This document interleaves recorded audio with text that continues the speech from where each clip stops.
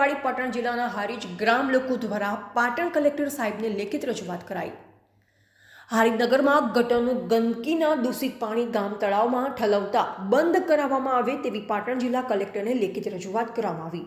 કામોમાં પણ ભ્રષ્ટાચાર થઈ રહ્યો છે તેવું પણ લોકમુખે ચર્ચા ચાલી રહી છે। પર્યાવરણ અને તળાવની આજુબાજુના રહેઠાણ વિસ્તારમાં આરોગ્યનું ગંભીર નુકસાન થાય તેમ છે। હનુમાનજી મંદિર અને રામજી મંદિર અને નગરદેવી સિકોતર માતાના મંદિરના ભક્તો અને દર્શનાર્થીઓની લાગણી દુભાય તેમ છે, તેમજ જળચર પ્રાણીના જીવને જોખમ છે।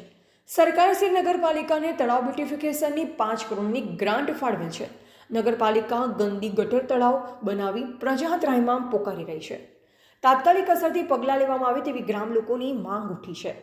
હારીજ પાલિકાની હદમાં આવતા નીચાણવાળા પરા વિસ્તાર જેવા કે સોમનાથનગર, અમૃતપુરા, ઝાપટપુરા, નવાપીઠા, ભીલપુરા, રાવળવાસમાં ગુણિયા વિસ્તાર, ઇન્દિરાનગર વિસ્તાર, ખેમાસર વિસ્તાર, હારીજ હાઈવે સોસાયટી વિસ્તાર, જૂનો રાવળવાસ, કાતરિયાવાસ, જમણપુરાવાસ, 3 દરવાજા, વસરામપુરા, રાધાકૃષ્ણ ચાલી તેમજ વાણિયા ચાલી આમ તમામ વિસ્તારોમાં ગટર અને પીવાના સ્વચ્છ પાણીની ગંભીર સમસ્યા છે અને નગરપાલિકા નવા રોડ રસ્તા રિપેરિંગ કામમાં પણ ભ્રષ્ટાચાર થયો હોવાનું ગ્રામ લોકોમાં ચર્ચાએ જોર પકડી છે તેવું પણ લોકમુખે ચર્ચા ચાલી રહી છે।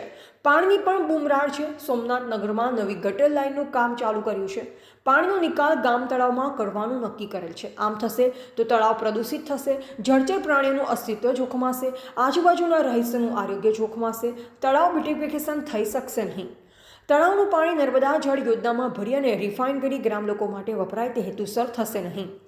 ધાર્મિક ભક્તોની લાગણી દુભાય તો સત્વરે સોમનાથ નગર તરફના વિસ્તારોની ગટર પાઇપલાઇનના ગંદા પાણી નગર બહાર નિકાલ થાય તે માટે સુઆયોજિત વ્યવસ્થા કરવામાં આવે અને નગરપાલિકા વિકાસ કામો ચૂંટણી પછી નવી બોડીમાં આયોજન કરે તેવી વ્યવસ્થા થાય તેવી ગ્રામ લોકોની લાગણી સાથે માંગણી છે। અહેવાલ પ્રિન્સી ઠાકર, હારીજ।